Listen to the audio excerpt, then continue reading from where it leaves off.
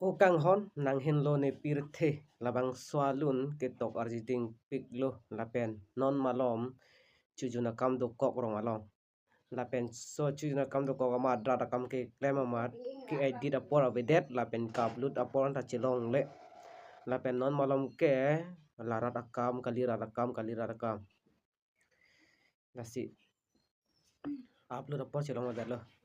O kang hon nang hen lo ne pirthe O kang hon nang hen lo ne pirthe O kang hon nang hen lo ne chethe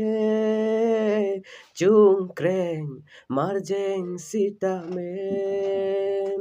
nang raj ke bolo do de lapen nang chinki me ode